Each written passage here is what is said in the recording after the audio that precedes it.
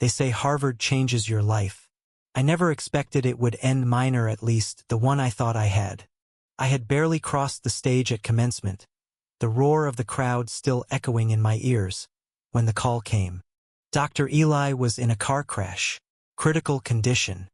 The words slid into my chest like ice, stole the air from my lungs, and replaced it with a howling wind of memories and what-ifs. I didn't hesitate. I ripped off the stupid honor cords, dumped the champagne I was handed, and sprinted to my beat-up '68 Mustang. The keys shook in my hand as I turned the ignition. "Hold on," I whispered. But I wasn't sure if I was talking to Ellie or myself. The highway out of Cambridge was slick with late spring rain. I drove like the devil himself was chasing me, which wasn't far from the truth. His name was Regret. Eli wasn't just any doctor. He was my doctor-me mentor, my safe place, the only man who saw past my omega status and the fear in my eyes. 10 years older, an aloof beta with the kind of quiet strength that made people lean in to listen. And for the last 3 years, I'd been in love with him. A love I never confessed. A love I buried under textbooks and sleepless nights and the damn pressure to be perfect. And now he might be dying. The hospital was 2 hours away. I sped like I could outrun the thought of his blood on the pavement.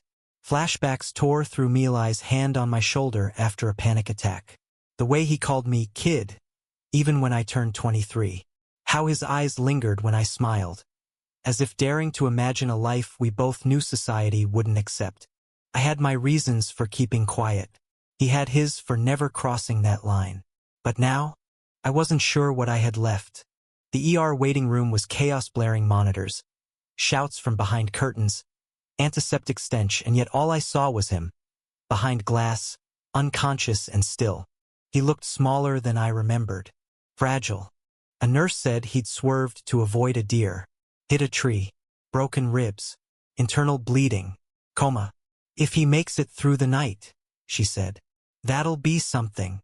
I stood there, fists clenched, until a security guard had to ask if I was family. "I'm his partner," I lied. And suddenly, I wasn't outside the glass anymore. I sat by his bed and took his hand, big, calloused, the way I remembered, and told him every damn thing I never had the guts to say. About the nights I dreamed of him, the graduation letter I wrote him and never sent, the ring I bought last month and hid in my desk drawer like a coward. "Please wake up," I whispered, "so I can do it right." He didn't. 3 days passed. I barely ate.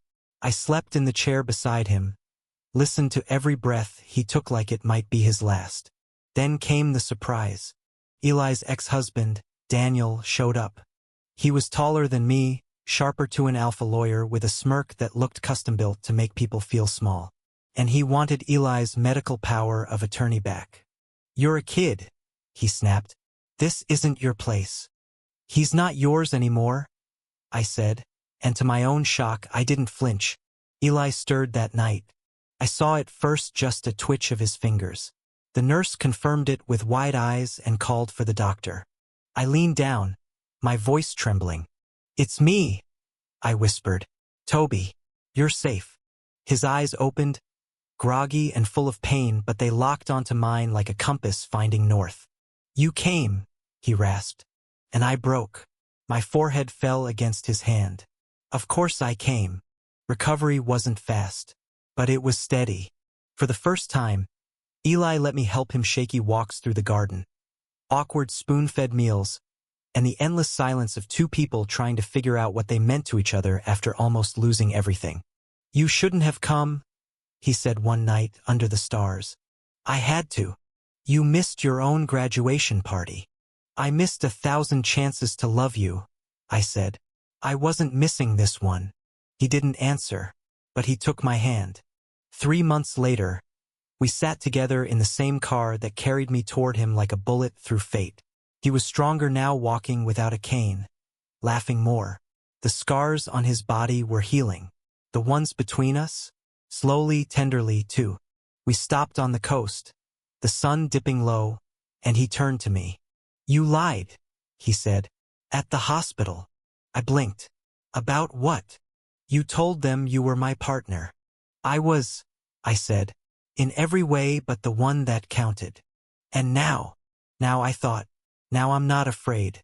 I pulled the small box from my coat pocket. His lips parted, stunned. I don't need you to say yes today, I said, or even tomorrow. I just need you to know I'm not running anymore. He didn't take the box. He took my face in his hands and kissed Meslo, aching and sure. And I knew. We moved into a quiet house in Maine. The air smelled like salt and new beginnings. He kept practicing medicine part-time. I started writing a memoir. We argued sometimes. About groceries. About whether to adopt a dog or a cat. About how long I should let my mother keep believing Eli was just my boss. But we also laughed. Danced barefoot in the kitchen. Held each other when the world outside made love feel like rebellion. And every now and then, when we lay in bed at night, Eli would whisper, "You swerved into my life, kid." And I'd smile. Because I knew better. We swerved into each other's fate. And never looked back. Thank you for listening. If you find it interesting, please like and subscribe to follow the next stories.